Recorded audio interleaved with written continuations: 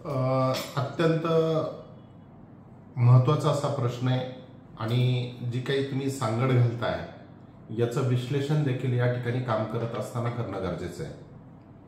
प्रत्येक गोष्टीला वेगवेगळं महत्त्व आहे। तुम्ही सामाजिक कार्याची सुरुवातीला सांगितलं तर सामाजिक कार्यातनं जो कार्यकर्ता घडत असतो त्याला खऱ्या अर्थाने अडीअडचणी काय आहेत ना याची जाण असते, किंवा एखाद्या गोष्टीवर जर आपल्याला काम करायचं आहे तर त्या गोष्टीचं समाजामधलं काय परिस्थिती आहे याची जर माहिती जर आपल्याला प्रॉपरली घ्यायची असेल तर आपण सामाजिक कामाच्या माध्यमातूनच घेऊ शकतो।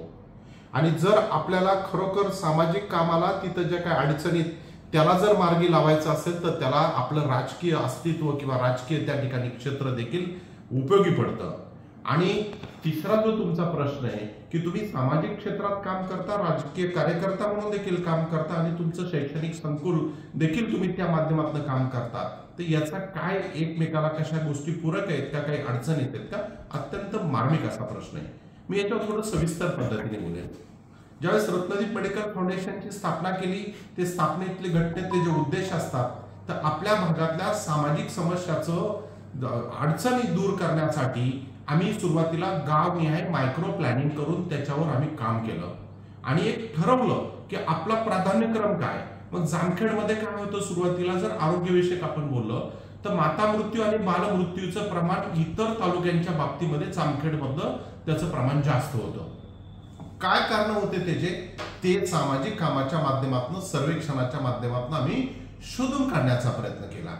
तर याच्यात मी नमूद करेल की जर आपण नगर दक्षिण आणि नगर उत्तर जर असा भाग जर विचार केला, आपण जामखेड नगर दक्षिणेमध्ये येतं आणि त्यातले त्यात एक अविकसित तालुका म्हणून आपली जी काही जिल्ह्यात ओळख आहे, जिल्ह्याची जर तुलनात्मक विचार केला तर मग इथं जी काही हेल्थ फॅसिलिटी आहे किंवा ज्या दर्जाचे हॉस्पिटल असतील, मग ते खासगी असतील किंवा सरकारी असतील, त्याची इथं कमतरता ही निश्चित या ठिकाणी आहे आणि त्याच्यावर काम करण्याचा आम्ही निर्णय घेतला। एक विषय मी तुम्हाला सांगितला की जी काही माता मृत्यू बालमृत्यूचं प्रमाण जामखेडमध्ये काय, तर इथं जे काही आरोग्यविषयक सर्व्हिसेस लोकांना त्या पद्धतीने मिळायला पाहिजे होत्या त्या प्रमाणामध्ये त्या सर्व्हिसेस नाही। मग याच्यावर एक कायमस्वरूपी जर आपल्याला एक तोडगा काढायचा असेल, कायमस्वरूपी जर त्याच्या उपाययोजना करायचा असेल तर आम्ही त्याच्यामुळं बेसिक गावनिहाय एक नर्स उपलब्ध करून देण्याचा त्या ठिकाणी प्रयत्न केला। मग कुठनं आणायच्या ह्या नर्सेस, मग रत्नदीप मेडिकल फाउंडेशनच्या माध्यमातून आम्ही ठराव केला की नाही, आपल्याला स्वतःचं नर्सिंग कॉलेज करून त्या माध्यमातून प्रत्येक गावामध्ये नर्सिंग सेवा पुरवायच्या म्हणून आम्ही 2010 साली या कार्याला सुरुवात केली। 2010 ला एएनएम कोर्स सुरू केला, 2011 ला जीएनएम सुरू केला, त्याच्यानंतर बीएससी नर्सिंग सुरू केलं, त्याच्यानंतर 2017-18 ला आम्ही होमिओपॅथिक कॉलेज सुरू केलं, फार्मसी कॉलेज सुरू केलं आणि या पाठीमागच्या शैक्षणिक वर्षापासून आयुर्वेदिक कॉलेजचं या ठिकाणी सुरुवात झालेली।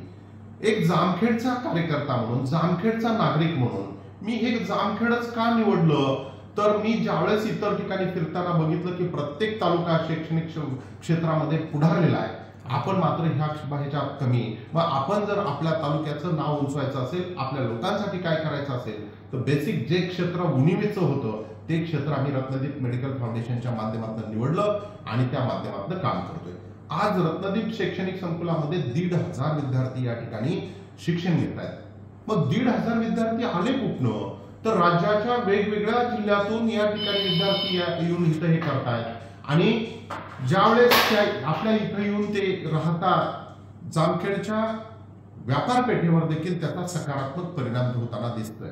मग वेगवेगळ्या पदार्थ खरेदी असतील, हॉस्टेल्स असतील, प्रायव्हेट रूम्स असतील, इव्हन थोड्या छोट्या छोट्या गोष्टीचा जर आपण विचार केला तर ट्रॅव्हलिंग ऑटोवाल्यांच्या बिझनेसमध्ये देखील त्या ठिकाणी भरमसाठ अशा पद्धतीने त्या ठिकाणी वृद्धी झालेली आपण दिसते।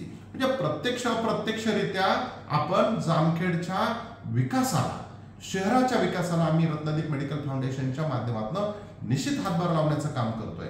आणि मग हे करत असताना एक वेगळेपणा सिद्ध केला, जे काम करतोय ते दिसायला लागलं।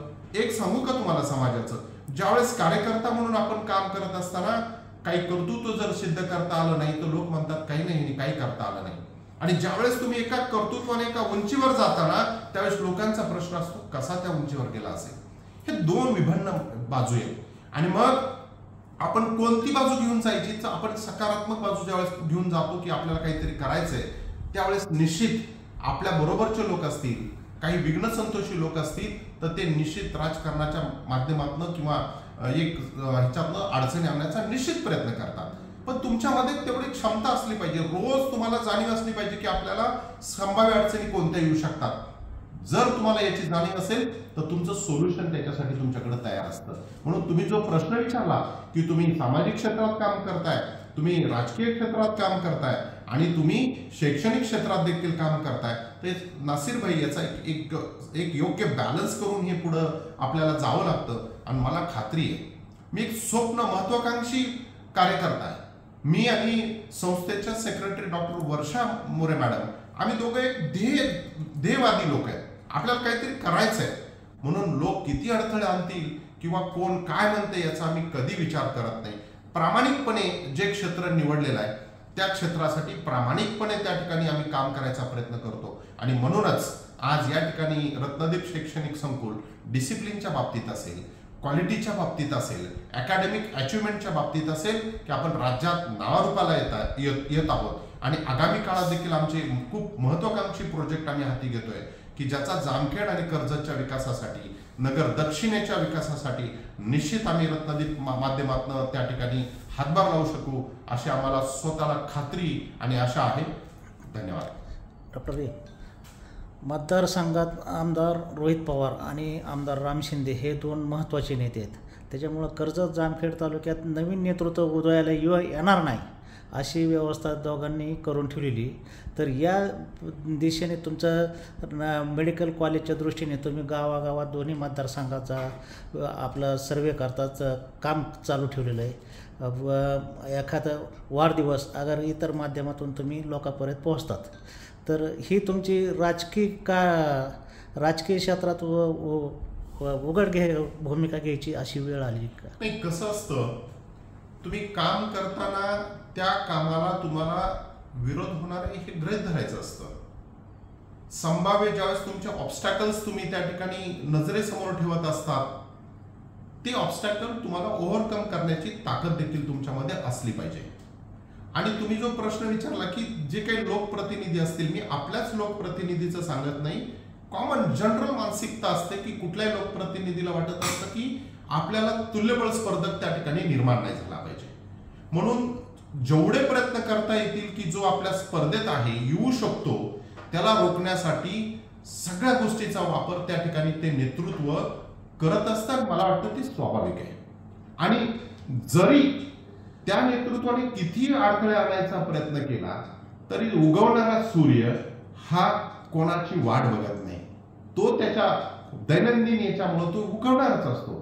त्याच्यामुळे कुठलं नेतृत्व किती अडथळे आणतंय किंवा त्यांना वाटते की दुसरं नेतृत्व निर्माण होऊ शकत नाही, तर जर तुमचं कर्तृत्व चांगलं असेल, जर तुमचा उद्देश प्रामाणिक असेल, तर तुमच्या जर नेतृत्व निर्माण होणार असेल ना, तर त्याला कोणीही रोखू शकत नाही. आणि हे सर्वांसाठी लागू आहे. त्याच्यामुळं माझ्याकडे जर तुम्ही उद्याचं नेतृत्व म्हणून बघत असाल आणि मी जर प्रामाणिकपणे काम केलं, ते लोकांना आवडलं, लोकांच्या हिताचं असेल आणि लोकांना जर मी काही पर्याय म्हणून जर वाटत असेल, तर निश्चित मला वाटतं तिथं होणारा उदय कोणी रोखू शकणार नाही. पण राजकारण हे अस्थिर क्षेत्र आहे.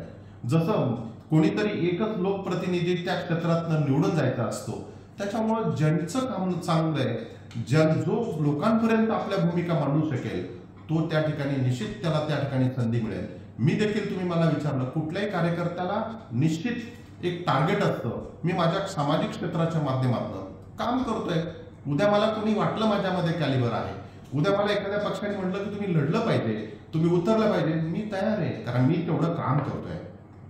मी लोकांसाठी माझ्या ज्या काही समाजाच्या गरजा आहेत ते मी तिथं प्रभावीपणे मांडून त्या पाठपुरावा करण्याची क्षमता माझ्यामध्ये, एवढा आत्मविश्वास मला आहे. पण फक्त आत्मविश्वास असून पण चालत नाही, योग्य वेळी संधी देखील मिळाली पाहिजे. आणि मला वाटतं अजितदादा, मी राजकीय जीवनामध्ये मी अजितदादांना मानणारा कार्यकर्ता आहे.